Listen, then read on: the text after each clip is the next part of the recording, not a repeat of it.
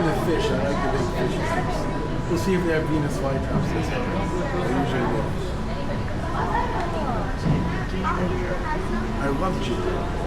I didn't know ginger looked like that. I didn't know that. Welcome to our living laboratory, where scientists from EPCOT and the U.S. Department of Agriculture are exploring innovative ways to produce flammable harvests now and into the future.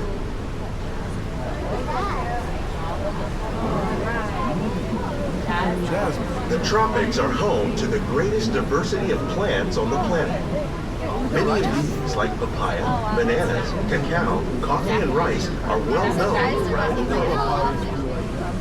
These are just a few of the edible plants there's that a have been pitcher an important plant. source See of the, nutrition for the people pen- living in the tropics. Many are rich in vitamins and minerals, Show those while others here. are well adapted to growing in less than ideal conditions. Some, like the water lily, thrive in wet, swampy areas and waterways.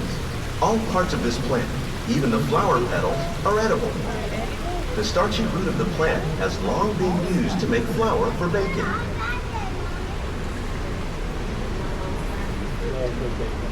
One day, many of these lesser-known tropical plants may be as important as the bananas growing on both sides of the boat. More than 28 million tons of bananas are eaten annually, making it the most popular fruit in the world. And we only use one variety. They taste terrible. And now they were. Yeah, sometimes you feel and it is rotten end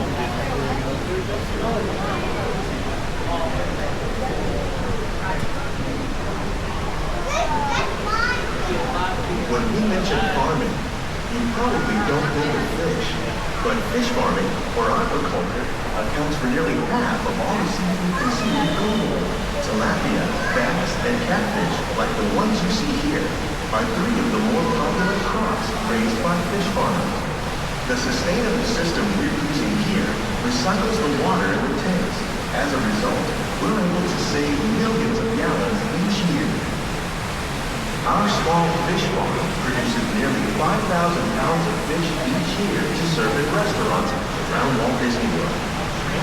Innovations like this one can play an important role in our efforts to produce bountiful harvests and still protect natural resources.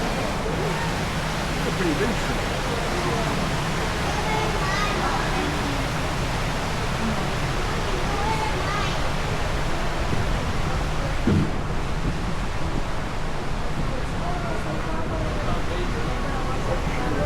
While there are more than 50,000 edible plant species in the world, most of us are only familiar with the handful that make up our everyday diet. Bougainvillea. The common grains growing here, maize, sorghum, Bougainvillea. and millet, plus rice, account for nearly 2/3 of our global food consumption. Learning how to increase yields of these staples is an important goal of research around the world. Blue agave, they make their tequila here right from these agave plants. Look at the sugar cane. These It's pretty plants tall. are definitely on their way up. Innovative growing techniques like these increase yields while more efficiently using resources like water, fertilizer, and pesticides. Another innovation at work here is our integrated pest management program. By populating our greenhouses with beneficial insects that prey on harmful pests like aphids and flies, we are significantly reducing our reliance on conventional pesticides. Oh yeah, there's a Mickey on the melon. We're growing these crops using our nutrient film system. This technique precisely controls and recycles water and nutrients. With it, we can produce over 27,000 heads of lettuce a year in this one small area.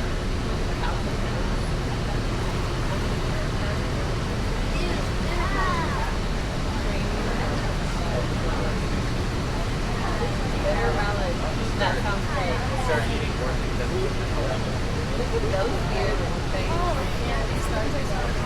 On Wild Some of Apple our Truck, we'll best probably get ideas edibles. have been inspired by nature, like these fruit and vegetable trees. By growing these ground plants vertically, we can increase yields and better control diseases. These crops taste as good as they look. In fact, We serve more than 15 tons of produce from our greenhouses in restaurants here at the land every year.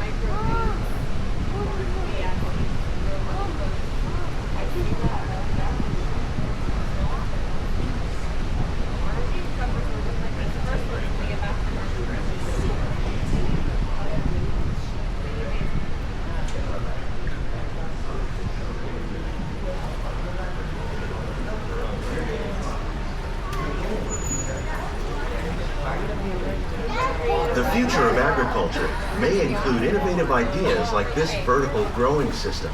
Plants grown in this way use a fraction of the space required by traditional growing methods. That saves water and increases production.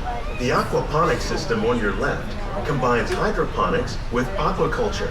The fish provide a natural source of fertilizer for the plants, and the plants help keep the water clean for the fish.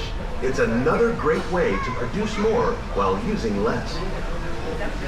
In our lab, EPCOT scientists are working with the U.S. Department of Agriculture on a number of innovative projects.